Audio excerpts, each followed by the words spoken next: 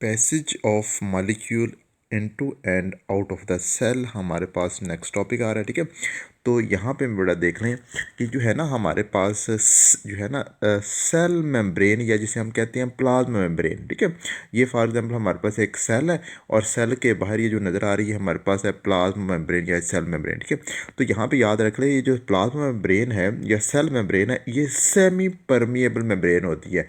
ये हमारे पास क्या है, semi permeable membrane. Semi permeable membrane से मुराद यहाँ पे ये बेटा है कि ये मेम्ब्रेन कुछ मटेरियल्स को सेल के अंदर जाने देती है और कुछ मटेरियल को सेल से बाहर आने देती है। यानी कि हमारे पास यहाँ पे दो इन्वायरमेंट है, यहाँ पे याद रख लें।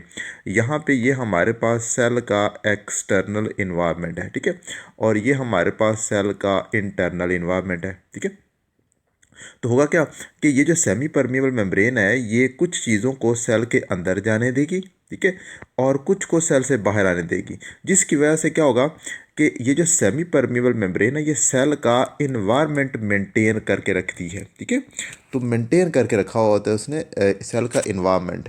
ठीक है, इसकी वजह क्या है, क्योंकि सेल सेमी परमिएबल मेम्ब्रेन है और जो है ना sorry cell membrane semi permeable membrane है और वो का कर क्या रही है, सेल का इंटरनल इन्वायरमेंट को इन्वायरमेंट के लिहाज से मेंटेन कर रही है। ठीक है, तो यही मेरे बड़ा यहाँ पे बातें सारी लिखी हुई हैं।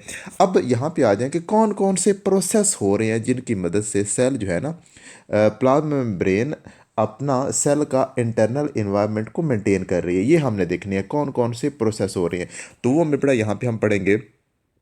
हमारे पास एक डिफ्यूजन है, फैसिलिटेटेड डिफ्यूजन है, ऑस्मोसिस है, फिल्ट्रेशन है, एक्टिव ट्रांसपोर्ट, एंडोसाइटोसिस और एक्सोसाइटोसिस। ये हमारे पास अमल हो रहे हैं जिनको हमने आगे डेफिनेशन पढ़नी है, डिटेल के साथ पढ़नी है। ठीक है, तो फिल वक्त यहाँ पे ये याद रखने में बेटा हम यहाँ पे आज पढ़ रहे हैं डिफ्यूजन। ठीक है, अब डिफ्यूजन की मेरे बेटा सिंपल आपने यहाँ पे तारीफ याद रखनी है। डिफ्यूजन होती क्या है?